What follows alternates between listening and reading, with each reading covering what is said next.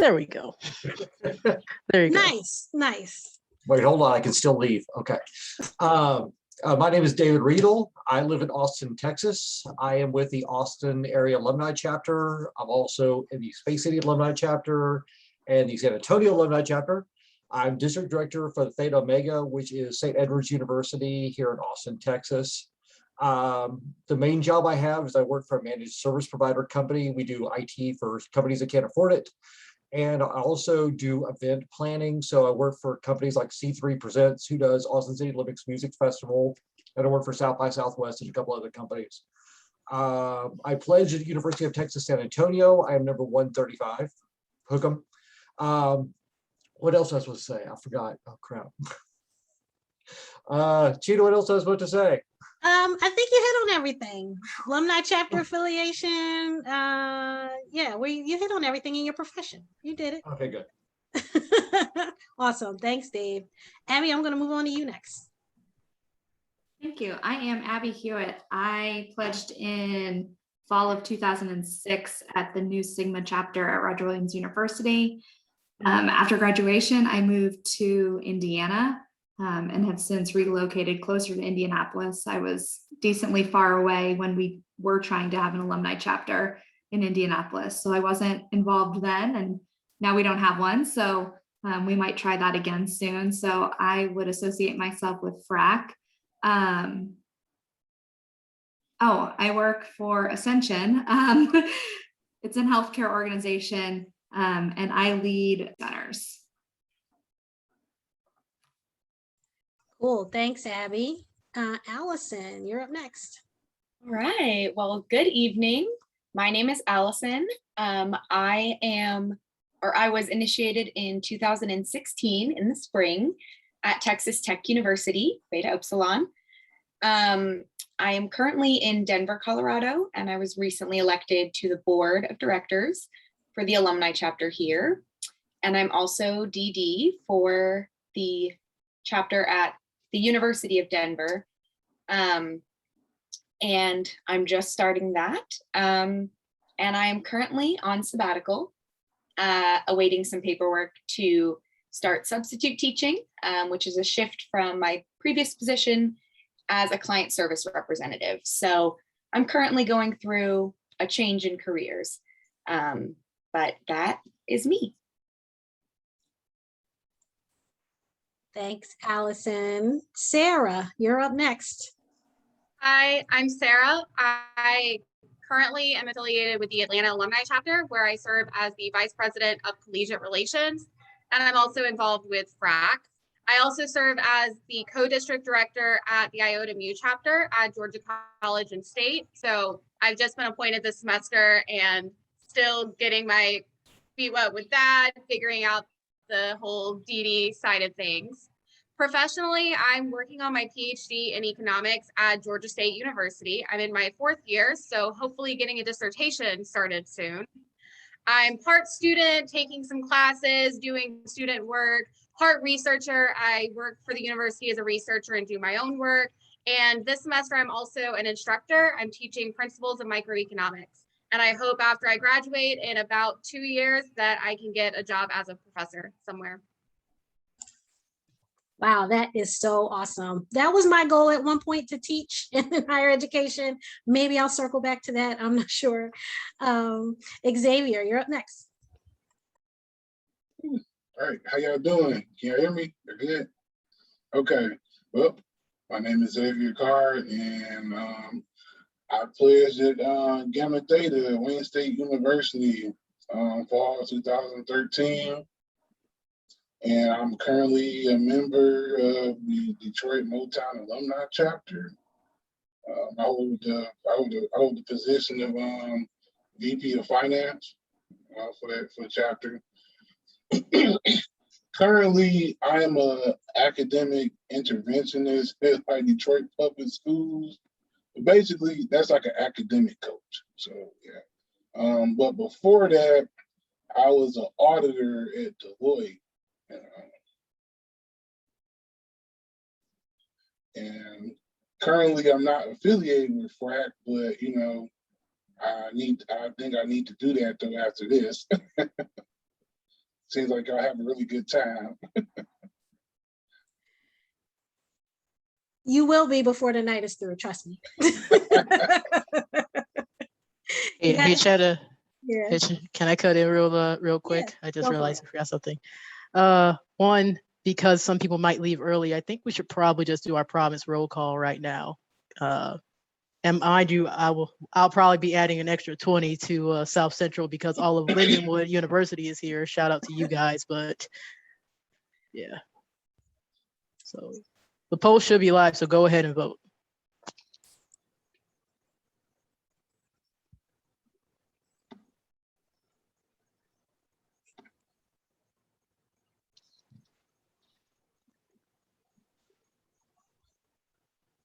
Seven more seconds. Will the South win?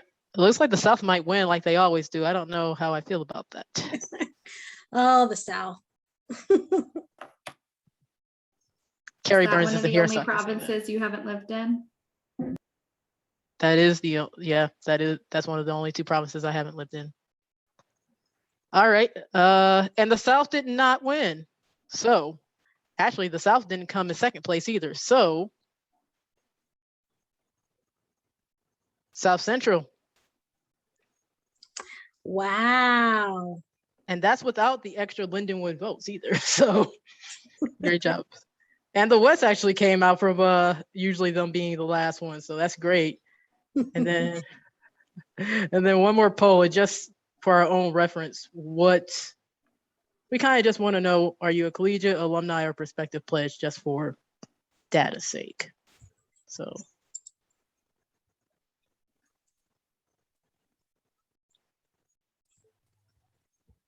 I bet most people didn't know this was going to be this interactive. yeah. Usually the alumni outweigh the collegiates greatly, so this is actually very interesting when you see the results. Mildly positive I selected collegiate instead of alumni. Aaron. All right, couple more seconds. And shout out to our back to school. Oh, we're almost tied. Wow. Well, hello and a very warm welcome to all the collegiates that are here and our pledges or prospective pledges. So we hope you get a lot out of it. Alumni brothers, thanks for coming to support. And back over to you, Chetta. Awesome. Well, we do have quite a few questions that we kind of set up initially. So we're going to go through those questions. And then I know we're going to have a Q&A later for those who want to shoot out questions to the panel further in our time together. So I'll start with our first question. Why did you pledge Delta Sigma Pi?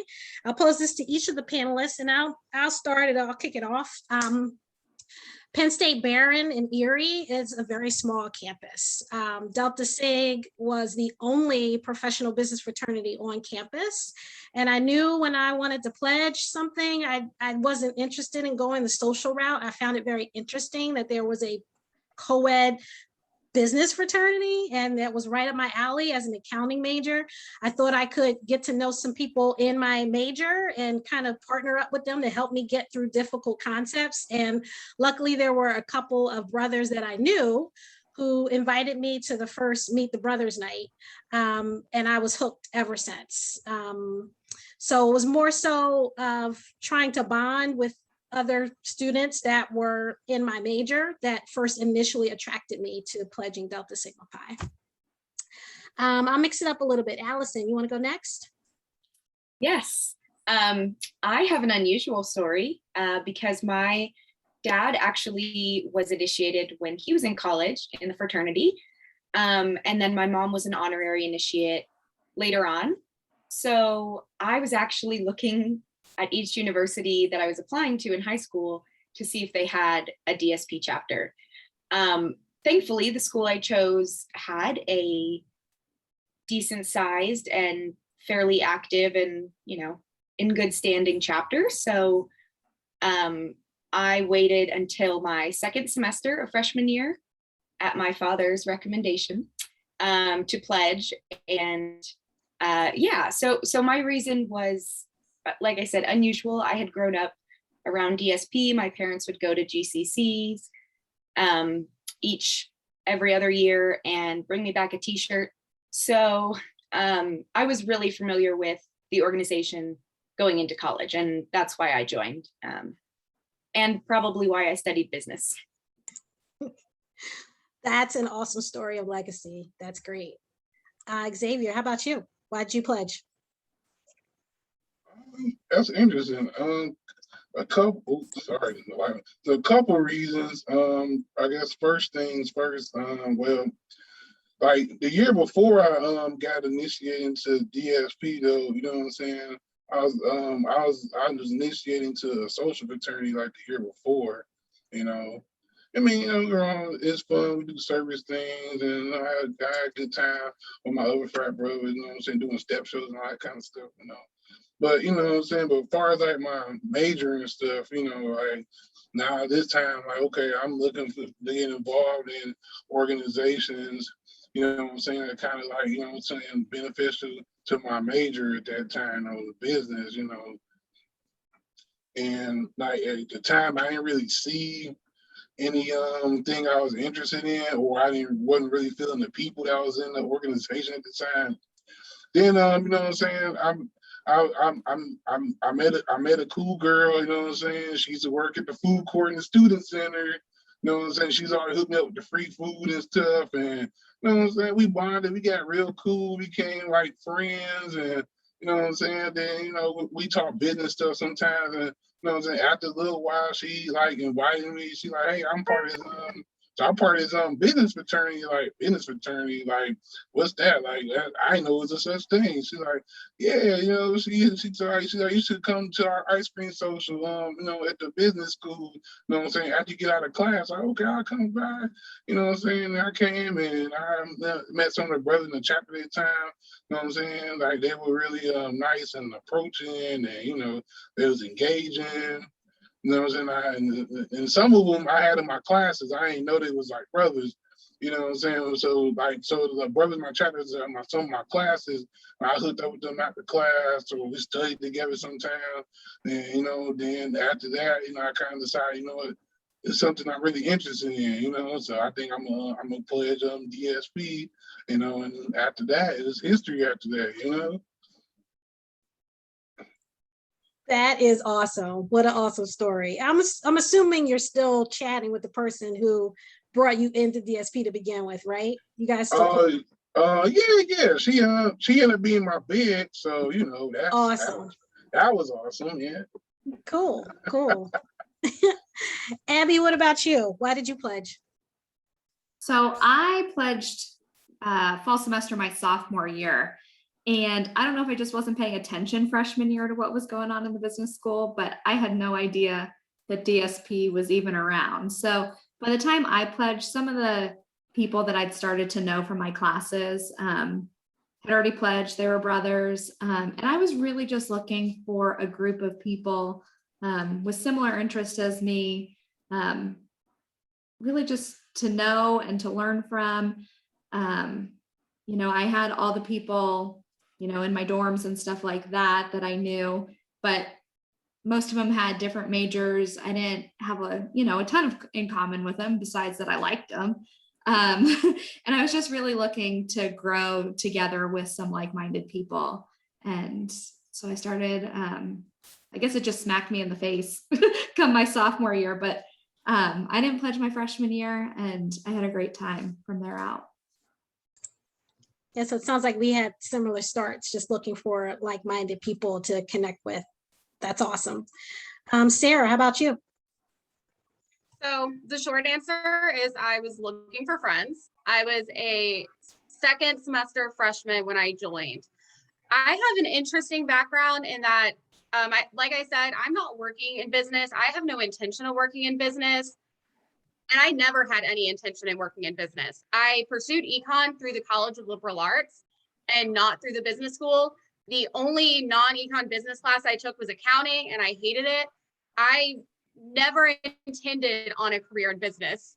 So there was an element of, well, maybe if I change my mind, I've got this professional network. I can meet people in my classes, but really it was just an opportunity that was presented to me to make friends that might have similar interests, but really I wasn't even joining for the similar interests outside of they might be in an econ class with me.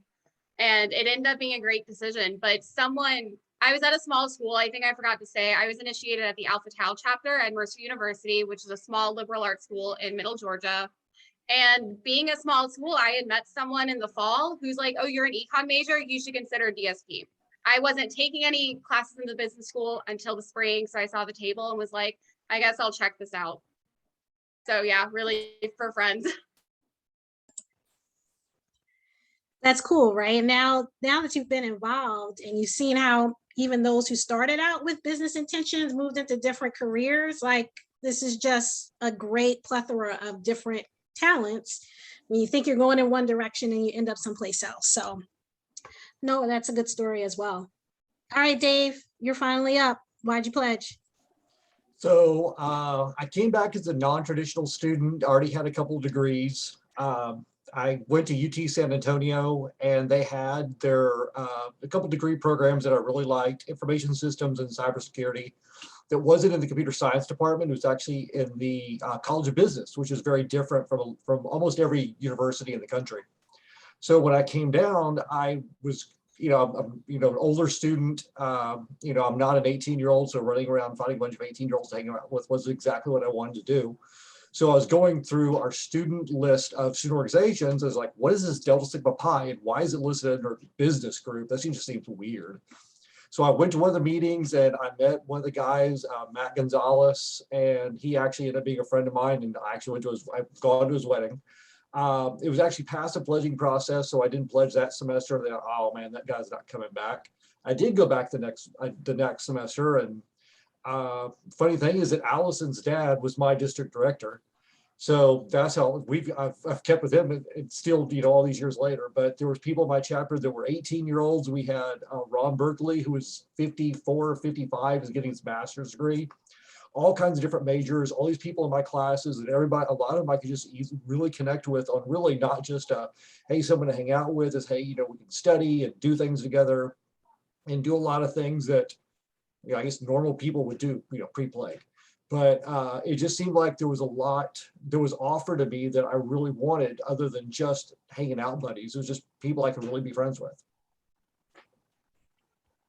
So I'm seeing similar themes as well from your story too, Dave. It's about like-mindedness. It's about building a network. It's about a legacy. It's about connections you have with other people that brought you to DSP. And now it's evolved to, you had your collegiate career and moving into alumni status. We're going to touch a little bit on that connection, right? That transition also from collegiate to alumni. Before we get there though, my next question is more about what are some of your favorite experiences that you had as a collegiate in Deltasig? I'll throw it back to Abby first to answer that question. I think it's funny because I think when I look back at my favorite experiences, it might be different than it was in the moment. The things I remember now are mostly initiation, our banquet after initiation, just really spending time with our brothers, but also the confidence that it gave me. I was not outspoken when I joined Deltasig. I had a lot that I wanted to do, but I was just very kind of shy and timid. And it really brought me out of my shell. And so while all of our events were excellent, I think the biggest memory I have was how I grew from my brothers. Wow, that's really insightful. Xavier, what about you? I'll probably say some of my most memorable experiences being a collegiate. I mean, definitely the brotherhood part though, you know what I'm saying, the bonding. You know what I mean? That was always a good time. Like whether it was initiation, whether we just had like study tables on campus, or whether we just had like get-togethers, you know what I mean? Just whether it's like holiday occasion, or whether it's like a restaurant on campus up the street somewhere, you know, just to get together was fun. But also, I think one of my favorite parts just you know, gaining practical like business acumen skills, though, you know, things that I never had before, like learning how to learn how to write professional emails and like project management, event planning, and you know, stuff like that. You know what I mean? Like, you know, those are things that I use like in my personal life, like all the time. You know. Yeah, it's funny you say that because I, to this day, still credit Deltasig for giving me a level of professionalism that I still carry with me to this day. Like you said, the acumen, the communication skills, the being able to talk with people and interact with people. I credit all of that to Deltasig. And yeah, I got a good degree. I had a great education at Penn State, and I learned practical skills for being an accountant, but I think my business skills I got from Deltasig, and that's what I think of with my collegiate career. When you think about the friendships you formed, you know, maybe even a meaningful experience that you've had that was outside of the people in your intermediate nucleus, like, you know, your collegiate chapter. So the things that have broadened outside of your region or even your province as an alumni. Let's talk a little bit about that. Again, the friendships you formed and maybe even a meaningful experience you've had outside of your region or province as an alumni. I'll throw it back to Dave first with this question.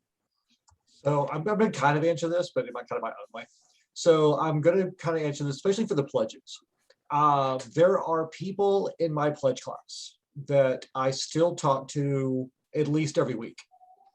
We go on vacations together. I'm in another wedding in December. It's actually going to be a combination Hindi and Catholic wedding, which is probably going to be the most interesting thing I've ever seen. We've gone on, we go on vacations. We just got back from Colorado a few months ago. So it's always about, I mean, it's not just, you know, some of the big trips, but we've got brothers in Houston that come from all over the state or even Oklahoma, and we just go hang out and just hang out with each other. And it's not people that I'm related to, you know, I guess it's always a joke. I'm not related to them by birth, it's by choice. And they are my brothers, and they're some of my best friends. And I look forward to seeing them every time I can. And then go to GCCs when you can. Oh, GCC is a whole other topic. Allison, what about you? So right after graduation, I moved from Texas up to Illinois for my husband's job, who is also a brother. And that very quickly took me out of my original province into a completely different one.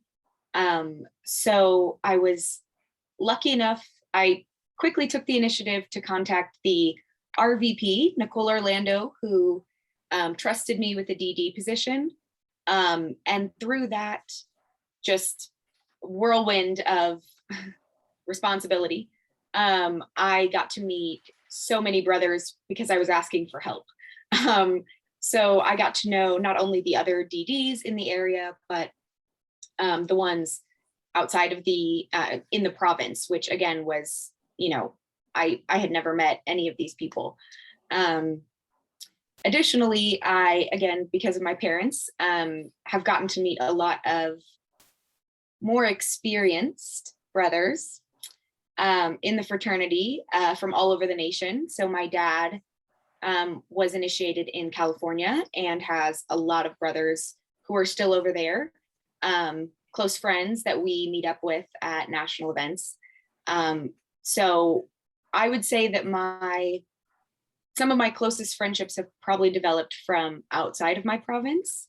But again, maybe I'm a special case because I then moved from Illinois to Denver and repeated the process. So yeah, I have seen a lot of chapters, a lot of different regions and provinces as an alumni and collegiate. That's a great story too. You're pretty much zigzagging across the country too. That's cool. Sarah, you want to share your, tell us about your friendships formed or a meaningful experience? Yeah, for me, it actually would go back to my collegiate days. I was making an effort to go to lead, and that was a great experience for me. But not just hang out with my own chapter, I was able to start to form relationships with people outside of my chapter. In fact, 2 of my bridesmaids in my wedding over the summer were brothers that I met at lead who were not from my home chapter. And then through that, I was able to keep those relationships, foster them more as an alumni. We really started those friendships more after graduation.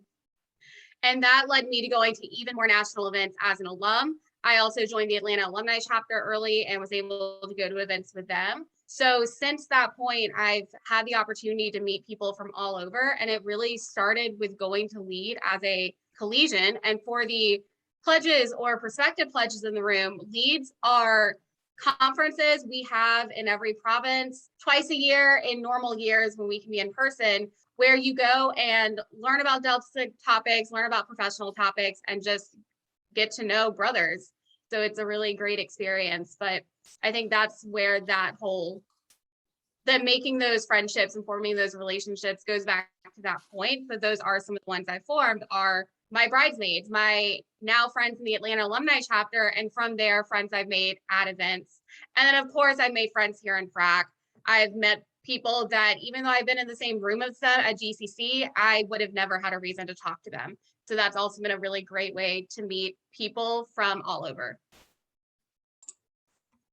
Yeah, you bring up a great point, Sarah. I really could, kind of kick myself for not getting more involved in doing things on a, more regional or provincial level when I was in collegiate, essentially. Like I didn't go to my first Grand Chapter Congress, that's what GCC stands for, until 2001. And I had already been a brother for 5 years at that point. GCC is just these league conferences on a massive scale because it brings together all the brothers from across the country.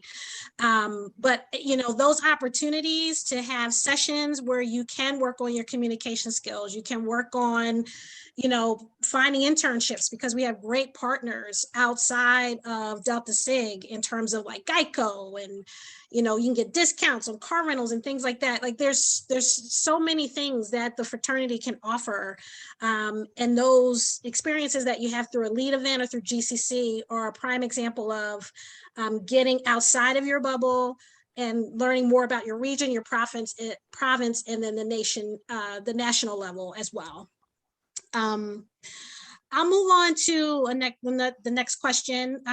What does Delta Sigma Pi mean to you, without getting into detail about letters? I'll throw it out first to Abby, if you want to talk a little bit about what does it mean to you? Absolutely. I think Delta Sigma Pi is like anything else. You get out what you put in. So I like to think about the things that I put in and what I get out of it, selfishly. But putting in, I love helping develop younger brothers. I've been able to hire a couple in my positions, and I just feel like a stronger connection to them. Obviously, I want to develop all my people, but when it's a brother, I really want to see them succeed, and whether that's with my team long-term or getting them prepared for their next role. I really love to help develop them. I like to jump on things like this. I like to talk at, specific chapter alumni panels. I like to mentor people one-on-one. Sometimes I talk at a panel and somebody might approach me afterwards with questions, they're getting ready to graduate, and especially with, work from home now, and they don't know if they can ask about that in an interview, or any way that I can help younger people. I really enjoy helping younger people. And then what I take out of it, it's a huge network of people that you can bounce ideas off of. On our Facebook page is multiple pages. You'll often see people asking questions that, we should be able to freely talk about in the business world, but, sometimes you don't feel comfortable talking about things with people in your company or people in your town and you see people ask questions in that large community freely, knowing that they'll get the best answers. And I just like to be a part of that, to learn from our brothers. Awesome. Dave, I'm going to ask you to answer that question too. What does Delta Sigma Pi mean to you? So I'm kind of a no punches pulled kind of guy. Some people like that, some people don't. I'm going to tell you what I think. I'm going to be honest. And then I guess what I've learned is that, you know, you can do it tactfully, but a lot of people respect the fact that if I think a certain way and I can prove or at least show you how I think is right, and you should be doing something. I'm trying to say it's National Hazing Week right now, so there's some hazing things going on. So I was telling people about, you know, how you respect people. No means no. And some people just were like, I was surprised at how many people were just their eyes wide open going, wow, we didn't know that you were supposed to, you know, no means no and don't body shame people. So it's always interesting as an older person and you're talking to someone younger that, you know, it's coming from different places. It's how you can impart maybe a difference of opinion or a different opinion for someone who may not know something. And it's since I've worked with, you know, 18 to 22-year-olds on a constant basis, it's always changing. And I like that. I don't like status quo all the time. I like a little bit of chaos in my life, which is probably why I work festivals. But I like the helping people, and in turn it helps me. I mean, I don't really need to know who Dua Lipa is, but I do now, or Cardi B. So I guess they kind of help keep me young too, and I kind of appreciate that. You admitted to that, Dave. I like you. You're good people. I know we touched on this earlier, but I want to revisit the idea of skills and values that you've learned from the fraternity that have helped in your professional life. So you touched on this earlier, Xavier. I'm going to come back to you on this. Was there anything specific, like, you know, you can tie back to what you're doing now professionally that ties back to your skills that you learned from the fraternity, like a specific experience that you can cite from that level? Yeah. So, all right. So, man, I got a few examples. Like, for example, like, you know, fundraising events, though. You know, DSP, like, you know, talking about do like fundraisers. You know what I mean? So like actually, I got a fundraiser event coming up for my other organization. We doing like a 50-50 raffle. You know what I'm saying? Like Toys for Tots. You know, like a Halloween party thing. You know, it's been getting good momentum. Tickets been selling kind of strong. You know, despite COVID and everything. So you know, like so like that's gonna be a good turnout.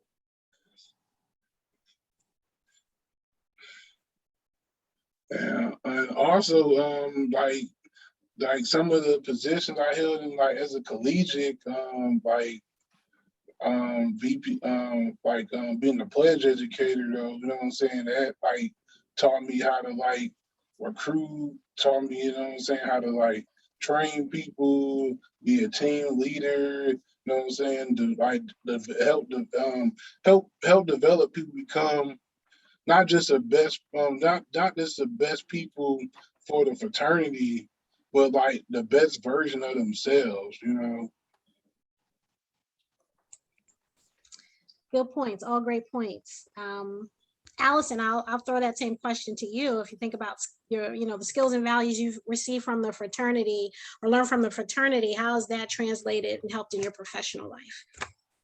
So the biggest thing that I have taken away from various lead keynote speakers, GCC events in particular, was they would do these talks about leadership styles or something like that. And they would always start off asking you, you know, theoretical questions about yourself, your leadership styles, the tendencies that you had in those positions. And then the second half is always how to work with others who are not the same style as you.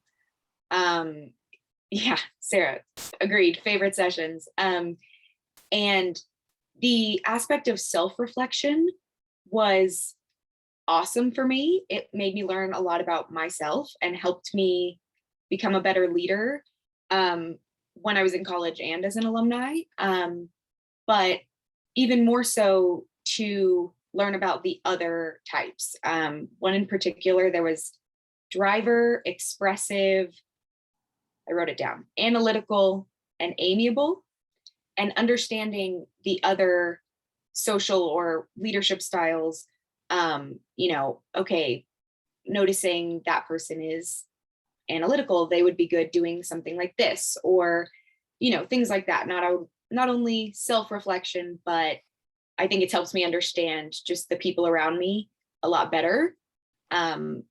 So that's something I hope to take into my professional life, as well as just general being a person. Like it's really helpful to just, recognize certain things in others and in yourself. So. Awesome. Thank you for sharing that. I'm going to shift to like advice, right? A lot of us on the Zoom today are maybe looking for advice, right? Specifically, if we were targeting like a senior or recent alumni, or maybe an alumni that hasn't been involved in a long time, about bringing them back to the fold and getting involved, like what advice will we give that group? Sarah, I'm going to throw that out to you to answer that question. So really just don't be afraid to put yourself out there in the first place. And the main way I would say to do that is if you have a local alumni chapter, show up to an event, because this is your time to really enjoy the network that we have, really start to get to know that network. So yeah, the first thing I would say to do is join your alumni chapter if you can. They're going to have great people with a lot of experience. They're going to be a very diverse group. And many of my alumni chapter members have ended up being really good friends of mine, which I didn't expect. And that's a great way to start networking. You can start to know people that might be able to help you out with a job. So that's a really great aspect of that. If you're not close to an alumni chapter, then the next thing you can do is join something like FRAC or join a more virtual community and get to know people that way. Stay in the fold, come when you want. There's no obligation. And the same is true for an alumni chapter. There's no obligation to do anything. Show up to whatever you want. And then from there, you can take the step to attend national events, which are great opportunities to get to know people, but can be scary if you've not dipped your toe in the water yet. You can take on volunteer leadership, but that's time consuming. So I would definitely say the first step should be just joining an alumni community, whether that's a physical alumni chapter or something virtual. Taking that first step and just getting to know people in the first place, I think is the best way that you can start to come back in, or as you transition out, keeping alumni chapters and communities in mind for that next step, I think is a really great place to start. And collegians are welcome to join FRAC as well and come to some of the calls and get to know what we're about, but collegians are also welcome at alumni chapter events. So you can go to events your local alumni chapter is hosting and get to know people that way.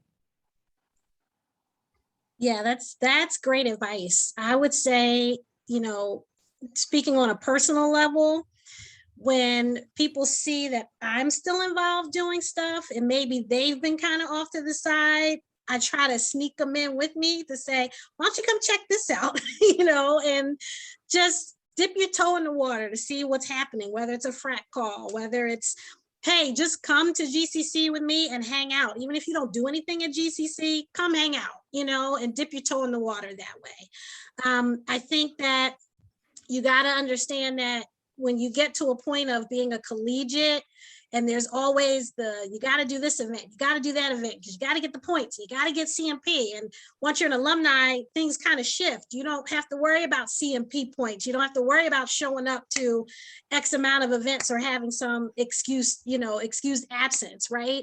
I think that, what you've heard tonight is it gives you what you put into it.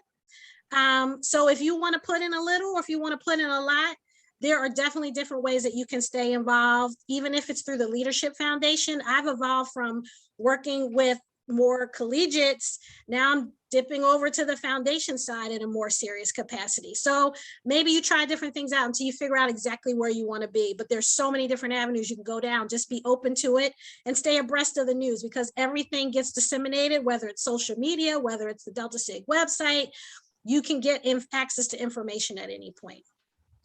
This last question I'm going to throw out to the entire panelists. I want you guys to kind of go through this kind of quick, because we still want to get to our Q&A for those that are still in the room. But the last question is about, why did you choose to stay active or connected to the fraternity as an alumni? So I'm going to, again, let's make this quick for the panelists. I'll start with Xavier and work our way around.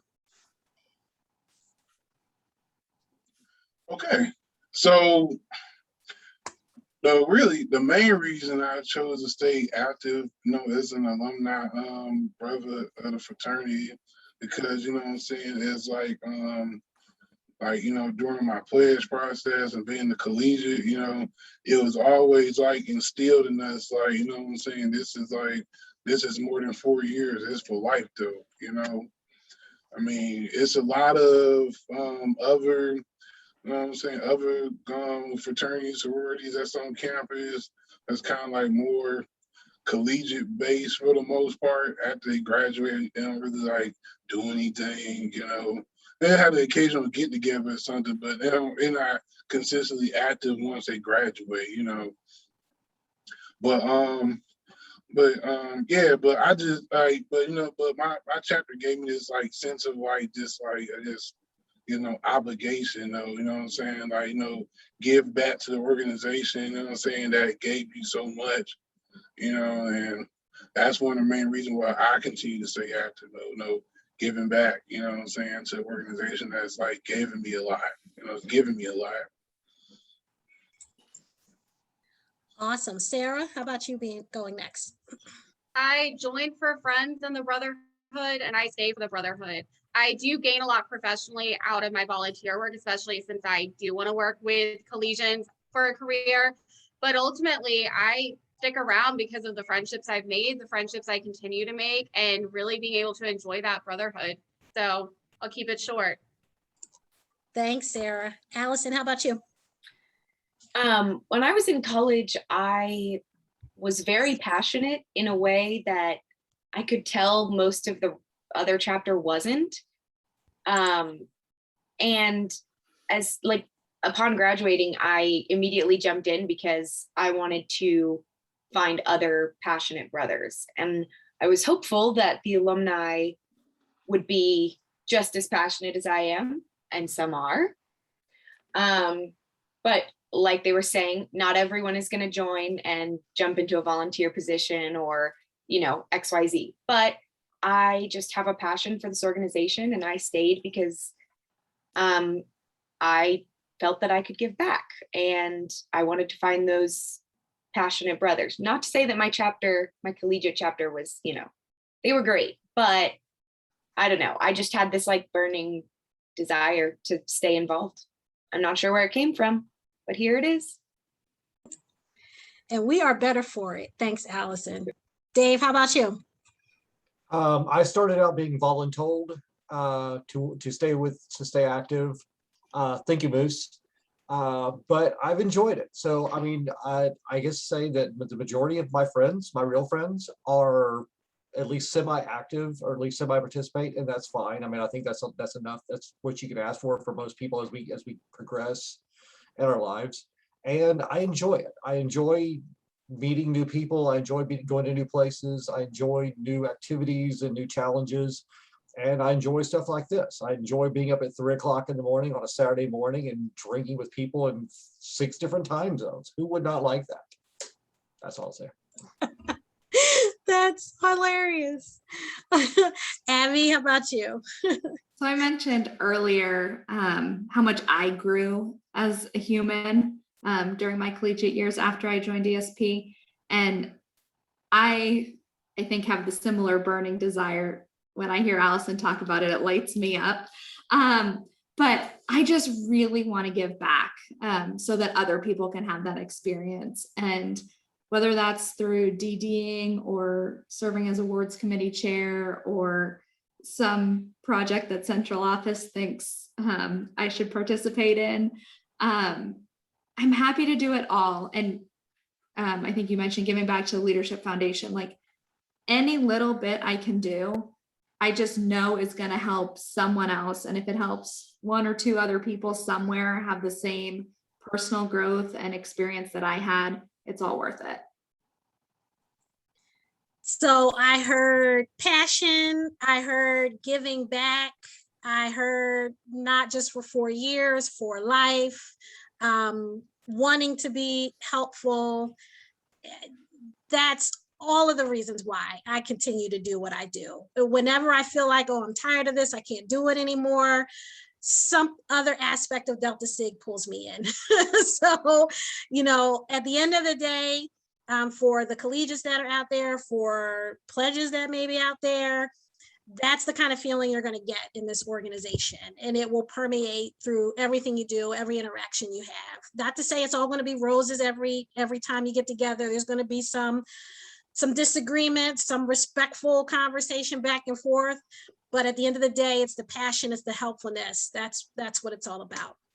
So those were all of our initial questions. Vito, you got some other Q&A that has popped up potentially to throw out at us?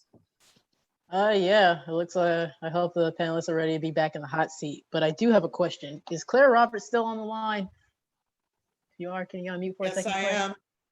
This one should go to the panelists, but I think once I ask the question that somebody asks, I think you're gonna know why I think you should answer it if you're up for it, to help us out for a second.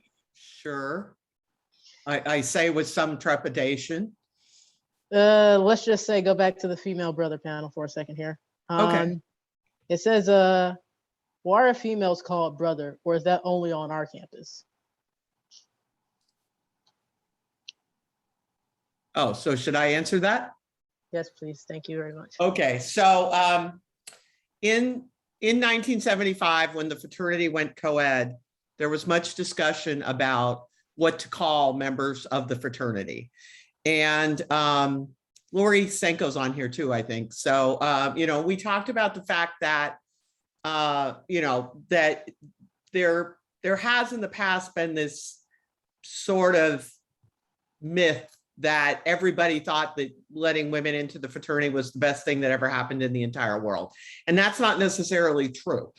So, but one of the things is that we wanted to be called brother because we are members and we are of equal rank, and we are, you know, the same expectations and the same, you know, the same expectations. We make the same commitments. We have the same obligations to serve our brotherhood. It is a fraternity, which traditionally is a brotherhood. And in those days when I joined, and I joined in 1979, there was no way you were going to call me something else besides brother, because why would I get called something else just because I was a woman? Or as they used to call me in those days a lot, a girl. But, you know, so that was a decision of the membership at the time. And the women that I know who were members before I joined were very, you know, it's equal rank. And so we are of equal rank, and therefore we are a fraternity. We chose to join a co-ed fraternity, and therefore we are brothers. And I hope that answers the question. I just got a private message that it did. Thank you, Claire. It's always great to have the seasoned alumni here. Claire is a Lifetime Achievement Award winner, Golden Council, just an all-around great brother that I'm sure all the brothers on the screen and many others look up to. So thank you for setting the record straight for us, Claire.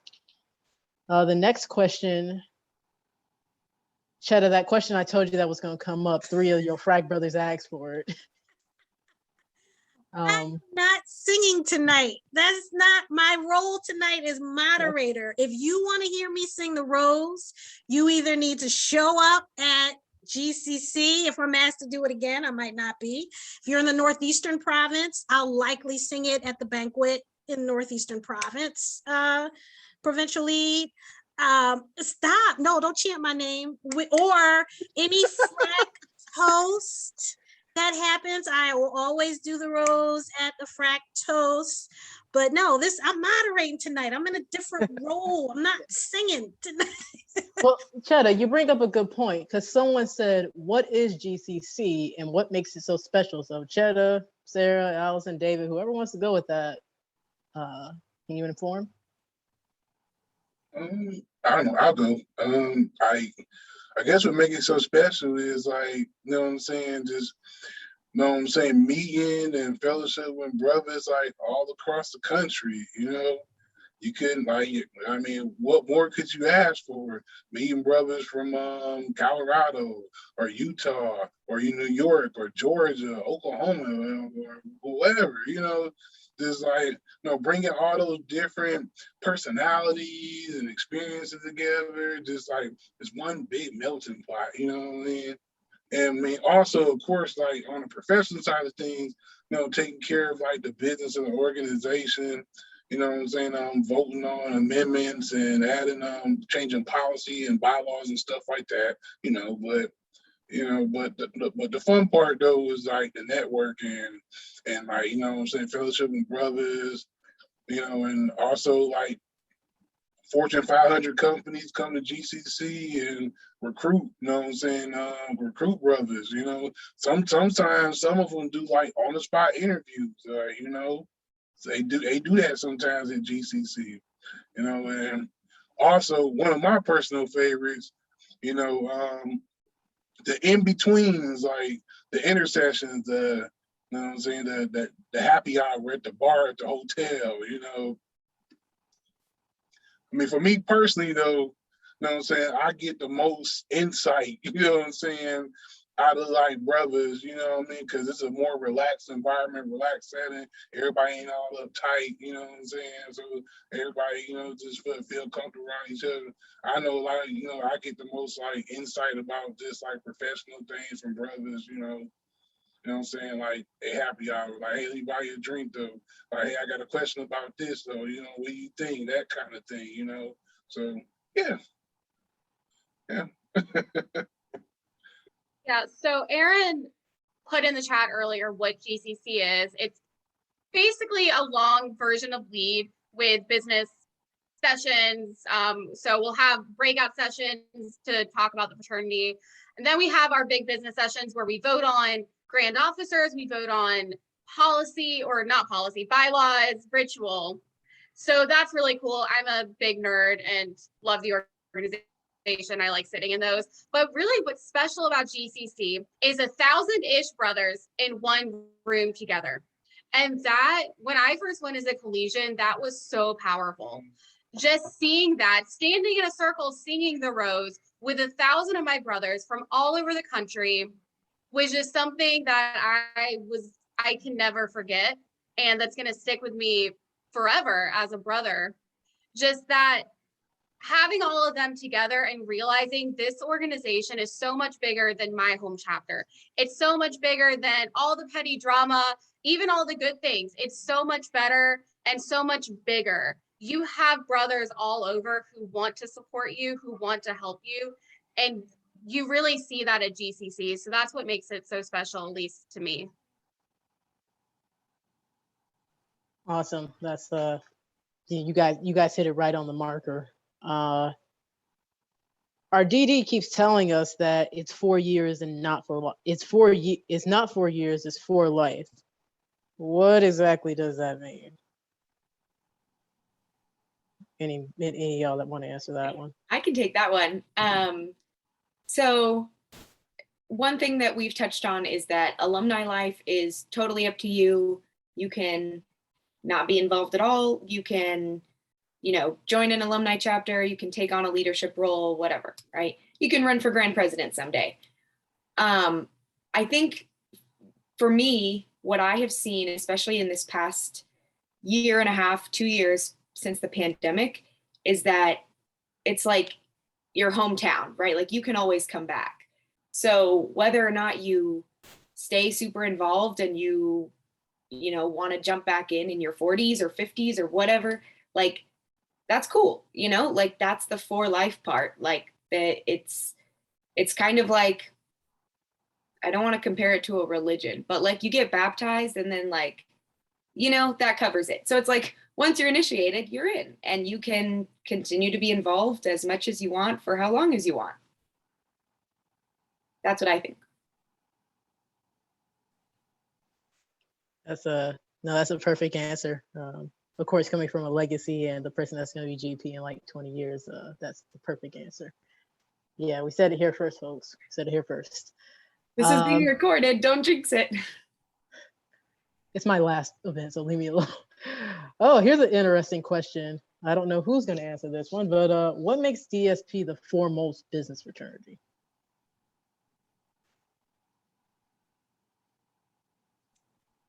I can answer part of that, I think. For one thing, we're one of the only business-only fraternities. When you look at AK Psi, they'll literally accept anyone. Is Phi Chi Theta even around anymore? I don't even know. So at my school, yeah, we had 3. We had AK Psi, which literally took all majors, phys ed to business to computer science. So it wasn't business. So even though they're a business fraternity, they weren't business. There was I think it's Phi Chi Theta, I think was one. Yes. But is it right? Okay, good. They have the same colors as us. There was 3 brothers that we met all 3 of them. I think one of the reasons why you really want to say we're foremost is I think it's I can't speak for the other ones how they do this, but it's all about being a well-rounded human being. It's you need to have professional activities. We need you to be social. We need you to do community service. We need you to be financially literate, which is the fundraising. We need you to be a good person. And I think is the activities that we do and the pledging process we go through and how it goes through your life as a collegiate is all about you. Not only you being a better person, but teaching people that come after you how they can be better people and making sure you spread that around. That's how I took it. I think that was a great answer. I didn't know how that was going to get answers. I can't top that, only to say that on my campus, we only had Deltasig. And so from my perspective, it's absolutely the foremost. But Dave's spot on. Yeah, I just want to really add to Dave where he said that we only accept business majors. And I think that actually leads to more diversity and more room to grow and learn as brothers, because we are an organization of business majors, but it's not an organization of business people. We are trained in business. We have that common bond. But then me being in academia, Allison being in education, we have people all over the map in their careers who are able to inform really strong business people, because our organization is made up of strong business people. And I think that's a big part of it. I'm gonna say like, well, you know what I'm saying? Like, basically what they said though, you know what I'm saying? Like, I mean, my thing is this though, like, you know, if you want to just pay some money and like get some letters and say you belong somewhere, go join them other organizations. But if you want to come to an organization where you're going to learn, like I said, business acumen skills and, you know what I'm saying, professional development that help you run a Fortune 500 company, come to Death Row. No, I'm just kidding. But you know, pledge DSP, you know.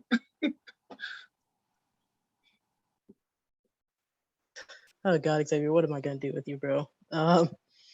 Abby, I'm gonna put this one to you because I think, given what you said about your story, it probably would go best with you. This coming from, I think, a collegiate. I'm about to graduate and return to the middle of nowhere, USA, to run my family business. Hence why I went to university. Is there a way for me to stay connected with brothers online, or what ways can I be what you guys are calling an active alumni, given that 1, the nearest major city is about 2.5 hours away from me, and 2, that major city does not have an alumni chapter? Absolutely. I think that's how I felt. I moved halfway across the country right after graduation, to right between two major cities, one that tried to have an alumni chapter, and it didn't work out at the time, and the other who didn't have an alumni chapter. My dogs are barking, so I'm sorry if you can hear them. But you know, for the first couple of years, I think I fell off. The best thing that I did was contact my RVP. They allowed me to be on the awards committee, which is not very labor intensive, but it's a great way to give back. Now I'm awards chair. They can also set you up to be a DD if that works for you. Now that we have FRAC, staying involved in these type of events, it allows us to get together with people from across the country who I wouldn't have known otherwise. You can really just look out all the time. I saw somebody messaged, ask central office. If you let central office know that you want to be involved in something, they will find something for you to do. They're very good at coming up with projects. And that's a great way to give back, because if we can do stuff volunteer wise for central office, they can put our dues and stuff to much better use instead of having to hire a whole bunch of people to do projects. So there's so many ways. Reach out really to anybody, even on this panel, and they can send you in a good direction.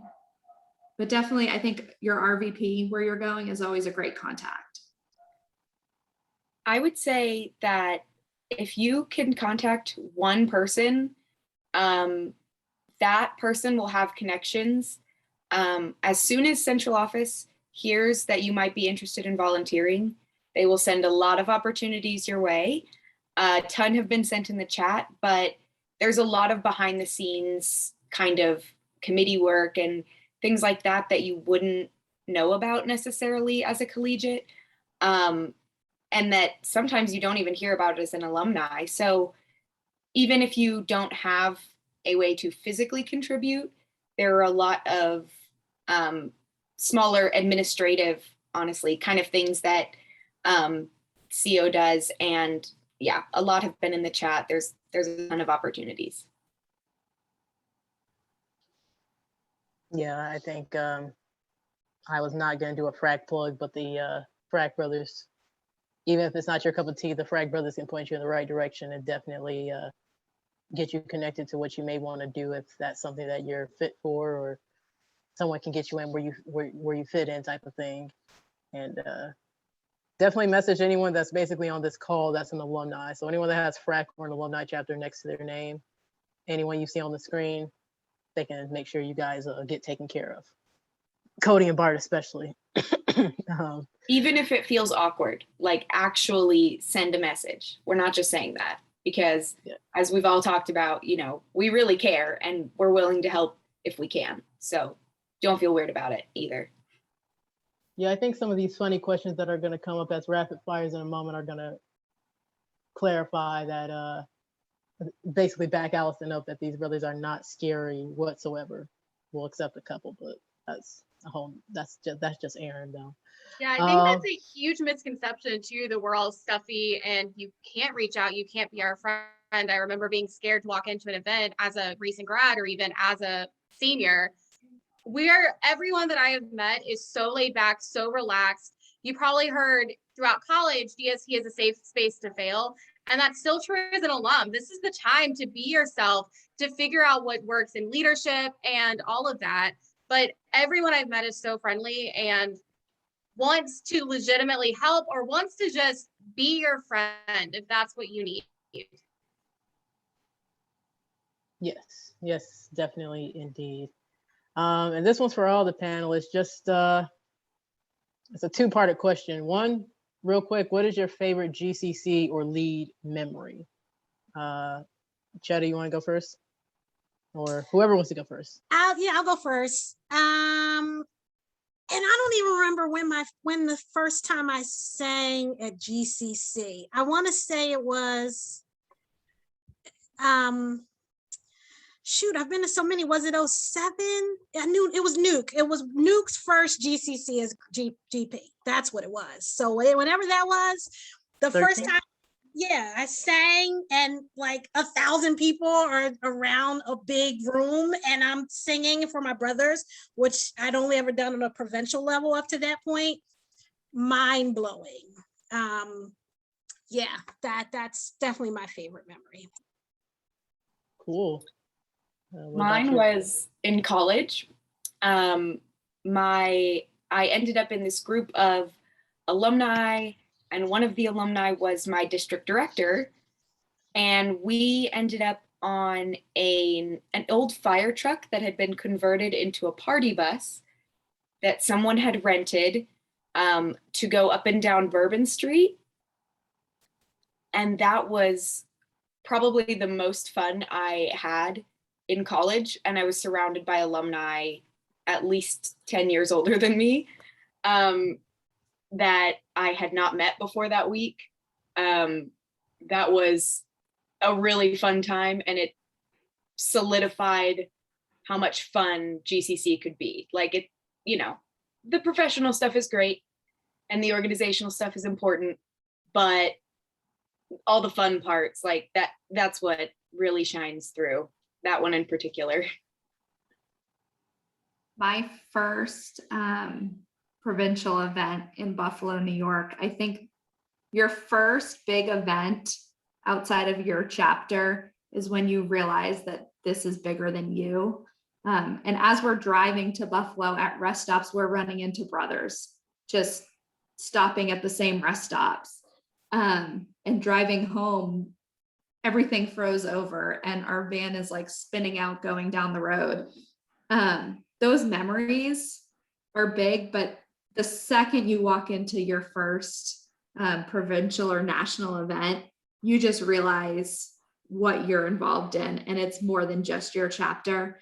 And that's always stood with me. So I'm not going to repeat things that have been said, but the bigger than you is, again, a huge part of GCC. I think my favorite specific memory was my first GCC as an alum was Atlanta, which is where I live. And there's usually one night during Congress that there's no official programming. So my now husband was able to come and hang out with us for that night. And that was his first experience with a GCC. And some brothers managed to sneakily plan us a little wedding shower or engagement party. We had been engaged for like 2 weeks. And that just really showed how it's not just we're saying there's a brotherhood, but there really is. They do care about you. Everyone here cares about you as a person, as an individual. And that was just so great. And that was a lot of fun. It was just a small thing that we did. They just bought a few decorations. We had pizza and we went on with the normal Thursday night of GCC having fun. But it was just that little special moment that I'm going to always remember. And it was also, again, my husband's first experience with a GCC, which has led him to tell me that he really wants to go to Cleveland next year. I guess mine is Dallas lead from about 6 years ago. I want to call it 6 degrees of Deltasig separation. We had our keynote speaker was asking people what like their ultimate job, their big boy job would be. And he called on one of the brothers and she said she wanted to work for an airline, which it just so happened that we were in Dallas, Texas, which is the home for American Airlines and Southwest Airlines. So the keynote speaker asked, so is there anybody here that has any connection with the airline industry? And of course, there's like 4 brothers that also say, hey, yeah, we all work for all these airlines. So he took a red string and he had the red string, he took it to the original brother that needed the job and then connected the red string to the 3 brothers that worked for the airlines. And he went to the last brother and said, what is your dream job? It's like, well, I want to work in, I like working for the airline, but I really want to work for like in the finance sector for like the Federal Reserve. Well, we have brothers who work for the Federal Reserve. So they stood up and he took his little red string and he went around the room and started connecting all these people.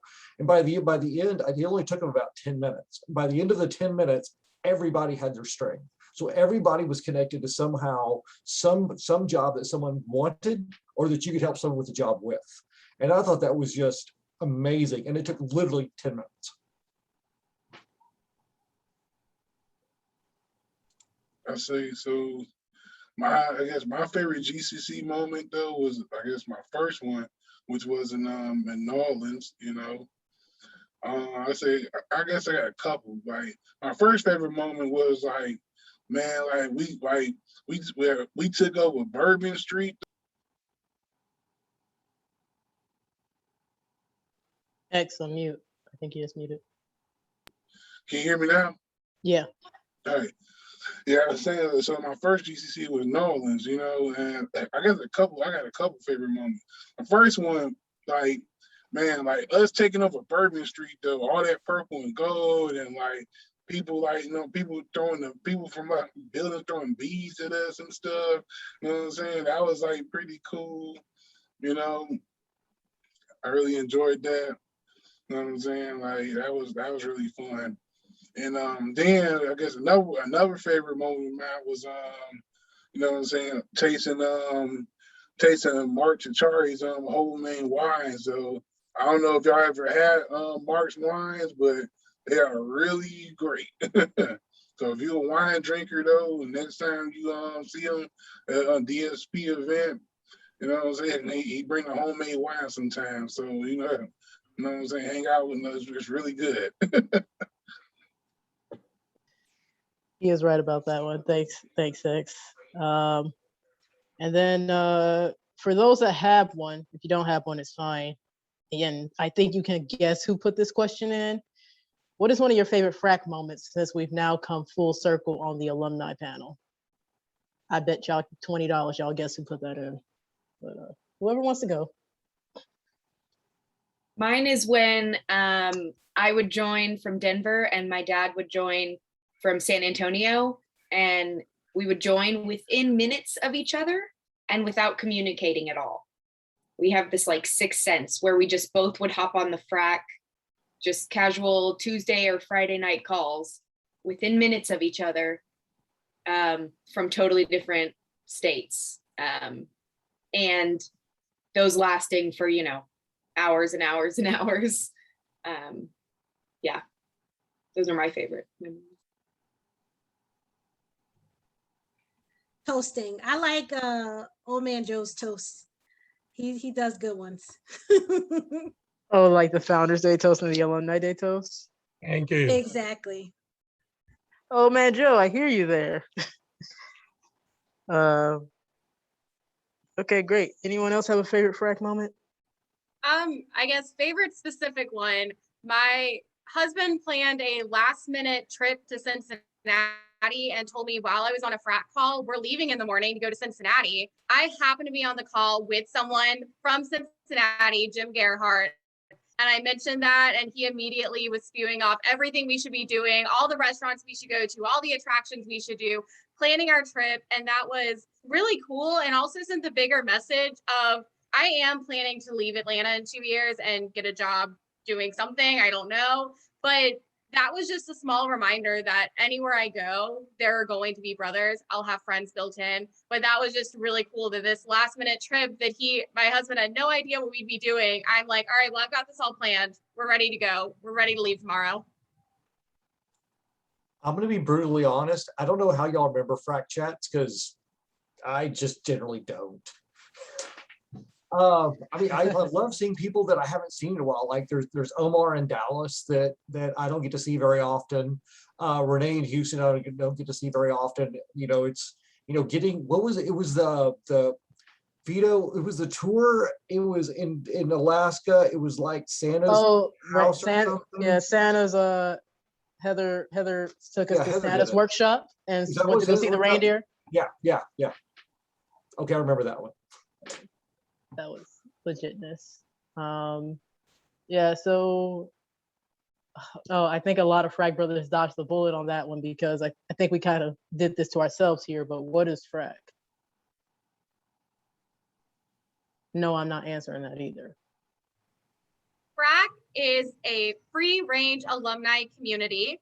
Originally, it was called the Fairbanks Remote Alumni Chapter, but it is not officially an alumni chapter. It's a virtual group of brothers who get together about every week on Zoom to talk about whatever. So there's a lot of just brothers brotherhood and catching up and just being friends and filling a gap where some people don't have access to an alumni chapter. Some people just have friends from other parts of the country that they don't get to talk to. But then it's also grown into a place that we can talk about issues of fraternity. We don't agree. Like, a lot of times we don't agree, but it's a place that we can talk about things and feel like it's a safe space. Usually that happens after 10 o'clock. We get into that. It's usually pretty light before then, but it's really just a group of brothers who get together on Zoom to hang out and be brothers. When I talked about looking for passionate alumni, FRAC is the group of passionate alumni. And just like with the alumni group at large, some people are on every single call and some people, you know, post on the Facebook every once in a while or whatever. Like it's just a great group of passionate brothers, you know, that want to see the fraternity succeed and want to feel the brotherhood that, you know, so many people felt was lacking during COVID and the pandemic. You know, quarantine is what initiated it, if I'm not mistaken. So yeah, it's just virtual connection with brothers, passionate ones. From one of those brothers who isn't able to jump on the calls very often at all, I see FRAC as a group that's doing stuff. I mean, FRAC is putting on these events, and I know other alumni chapters are, but I don't have one. But FRAC's putting on events. FRAC created the DSP speakers group. FRAC is literally doing things that are tangible to me as someone away from another alumni community. And I think they're bringing some people back into the flow that have been out for a little bit. So it's a great group of people that are actually doing things and, you know, putting, you know, their money where their mouth is and kind of just getting things done, things that, you know, some of us have wanted to do for a while and are actually taking action. Yeah, I'm starting to get the feeling that Sarah and Allison were trying to make me cry with their answers, but you know what? That's okay. I still love you. Last to piggyback off, these are the last couple questions, and they're kind of funny ones, but to piggyback off what Sarah said about we don't always agree, there's some things I feel we all should agree on, and I think some of y'all are going to know where this is going. Food opinions are one of those things that there are some things we just don't agree on. And your brothers, actually one of these was submitted by a collegiate, wants to know, does pineapple belong in a burrito that is not Al Pastor? Just, you can either answer or you can just shake your head or whatever you want. Why not? I'd eat it. I'm not a fan of pineapple, but I'm not morally opposed to it. I put pineapple in stir fry, and I feel like stir fry is just a burrito without the burrito. So it probably wouldn't be bad. Yeah, my favorite hibachi place offers pineapple on the side, so it's a thing. Mm-hmm. I think I could. It sounds terrible, but I think I would. Is pineapple the only thing on the burrito? That probably would be my question if it belongs as a burrito. Is it the only thing? If there's nothing else with the, yeah. I guess on that same note, does pineapple belong on pizza? Hells yes. Absolutely. Not all the time. I personally don't like pineapple, but I can see its value on pizza sometimes. But you don't always. I will allow it sometimes. And my husband loves it, so I think I have to allow it to come in the house sometimes. Hawaiian pizza is allowed. I love pineapple, so even though I don't eat it all the time, I would allow. I believe in personal choice. Well, David, I think you can pick it off. Sarah, I think you know where I'm about to go with this one, but there's one question where personal choice may get you sat at a different dinner table. I'm not gonna name which chapter it was, but they put on the Instagram them cooking a filet mignon. Who, for y'all that don't know, a filet mignon is like one of the most expensive cuts. No. They on purpose, they knew how to cook a steak correctly, and on purpose they made a steak well done, and I mean well done. Is that how a steak is supposed to be? Oh God! Oh no! Listen, hey, listen, no. The rule of steak is never eat a well done steak. Probably you want to waste all your money on like charred, like hard to chew meat. You know what I'm saying? Like my thing is, if you're gonna get a well done steak, just get a ham, just get a burger and keep it moving. You know what I'm saying? So I guess the congregation well-done agrees steak on that is one. not acceptable. It wasn't even so bad. I mean, if you want to do like Xavier said, if you want to do it like a hamburger, I mean, hamburgers should be cooked all the way, and you want to put ketchup on it, that's fine. If you want to do a sirloin steak, and I guess if you want to put ketchup on it, I guess, but a well done sirloin steak with ketchup is pretty bad. But a fillet is like $24 a pound, and you're going to make it charcoal and then eat it with ketchup. And it's dry too. It's dry, but it's well done. Like, who wants that? Like, seriously, like, who wants that? So I guess at the end of the day, we can all agree. We don't have to agree, like Sarah says, as many of the FRAC brothers and their associates don't. People don't agree with the FRAC brothers, but well done steak is where we draw the line. Amen. Now, if it gets to where I do think if a seasoned alumni, as an alumni that is up there in age or has done a lot for the fraternity, if they get up there in age and they need it to be well done for them to eat it, I think that is acceptable, because once they get up to a certain age, chewing may not be okay. But if you are a collegiate and you're making a filet mignon well done on purpose, the door is that way. You can eat with us, but you got to sit on the other side of the door. If I ever get to that point, I'm going to stop eating steak. That's not the steak I like. I'm not going to pay for that. Absolutely. Like, well, bro, if I invite you to dinner, you want a well done steak, you paying for that dinner though. We splitting the bill. Well, brothers, I'm sure we'll continue the chatter as in the usual FRAC way, but is there anything you want to say to everyone before we stop the recording and stop the recording? Any last words? Go to leads, go to regional initiations, go to GCCs, reach out to brothers. If you know people in your area that aren't active, just say hi. Don't even have to be like go to an event, just say hi to people. Be friendly. Stay involved. There you go. Stay involved. That's how I met David. I met David at St. Louis League, and that wasn't even my province. That's it. Okay.